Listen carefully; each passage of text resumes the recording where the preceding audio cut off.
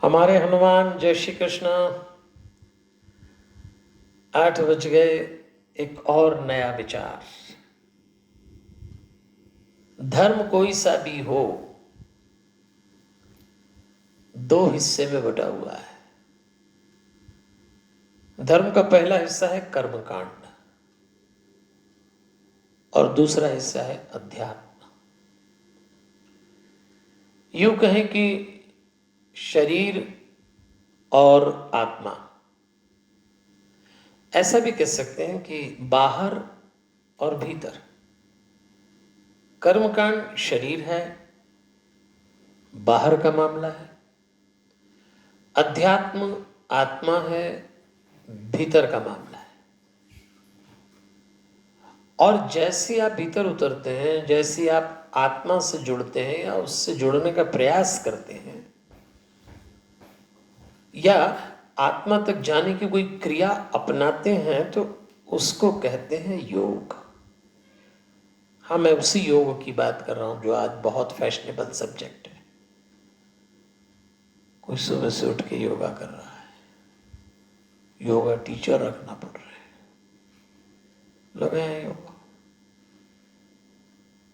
वही योग है।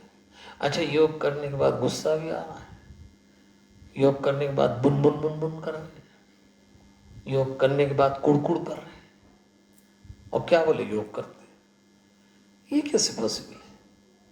अगर आप आत्मा तक चले गए तो ये सारी कुड़कुड़, ये सारी जलन, ये सारा क्रोध, ये सारी परेशानी, ये सारी मांग, ये सारी स्वीकृति, ये सारी अस्वीकृति तो देह की है।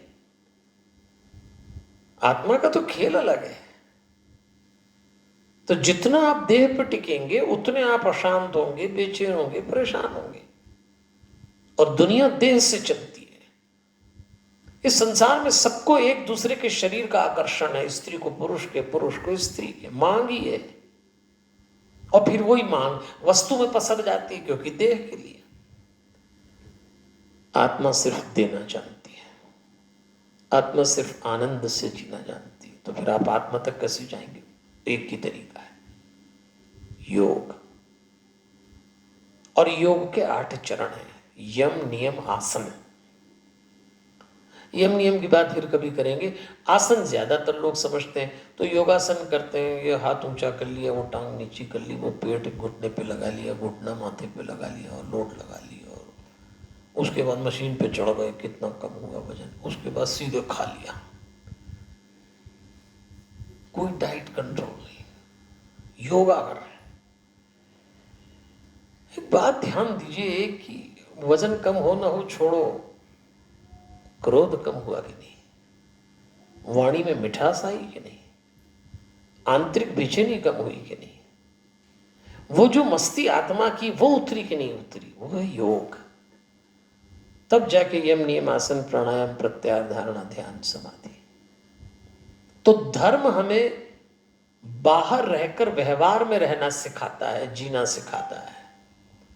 और जब हम आत्मा के निकट जाते हैं तो उसको कहते हैं स्वभाव में जीना। जब हम व्यवहार में होते हैं तो कर्मकांड पर टिकते हैं। कर्मकांड टिकना व्यवहार में टिकना ही है। और सिर्फ कर्मकांड पर टिकने से धर्म का दृश्य बदल जाता है। देखिए ना, आप ईसाइयों से मुसलमानों का संघर्ष का लंबा इतिहास है। रोमन कैथोलिक चर्च के विरोध में प्रोटेस्टेंट खड़े हो गए। हरिओम। ये सब कर्मकांड का परिणाम। मुसलमान धर्म में भी शिया सुन्नी, हिंदू में भी खूब लड़े। कोई शाक्त को मान रहा है, कोई शैव को मान रहा है, कोई वैष्णव है। ये भी लड़ाइयाँ चली, पहले तो बहुत चली, अभी भी कहीं चलती है। एक ही धर्म में कई किस्से हैं। तो संत महात्माओं, सूफी, फकीर, इन सब ने कहा है केवल कर्मकांड से परमात्मा के परिणाम नहीं आएंगे। अगर सचमुच परमात्मा को पाना है तो भीतर उतर के आत्मा से जुड़ना ही पड़ेगा।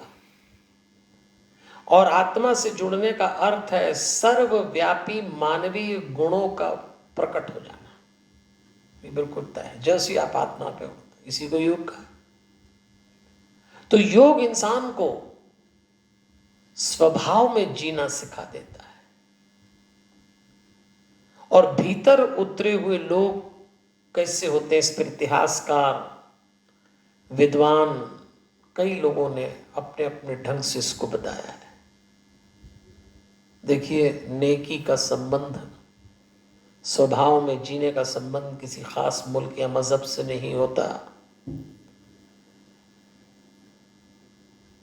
एक जगह मैं कहीं पढ़ता था, खलीफा उमर जैसी ही एक उत्तम कथा ईरान के सम्राट अंशुमान, जिसे अरब के लोग नौशेरवां कहते थे, उनकी एक कथा है। हजरत मोहम्मद साहब के जन्म से कोई 40 साल पहले ससानी राजघराने का वो महान शासक जो अपनी न्यायप्रियता के लिए ख्यात रहा, नौशेरवान, कहते हैं रोमन सम्राट का राजदूत जब नौशेरवान का राजमहल देखने आया तो उसकी खूबसूरती, उसकी भव्यता का तो कायल जरूर हुआ, मगर सामने तिरछी चार दीवारी उसे थोड़ी सी खटक गई। एक तिरछी चार दीवारी थी, जो बाउंड्री वॉल जिसको कहते हैं, वो तिरछी थी। उस वजीर बुजुर्ग मीर से वैसे दोषपूर्ण निर्माण का कारण पूछा कि भाई ऐसा क्यों हुआ, आपने ये जमीन क्यों छोड़ी तिरछी। वजीर ने कहा, जरा ध्यान से सुनिए क्या कहा वजीर ने। बगल वाली जमीन एक बूढ़ी औरत की थी जो किसी भी कीमत पर छोड़ना नहीं चाहती थी। सम्राट चाहते तो बलपूर्वक ले सकते थे, लेकिन वो इस सख्ती के खिलाफ थे, तो उन्होंने जमीन, वो जो दीवार थी, जमीन के मुताबिक तिरछी बना दी। वजीर का जवाब सुन के वो राजदूत मुक्त हो गया और बोला, तब तो ये दोष परम सुंदर है।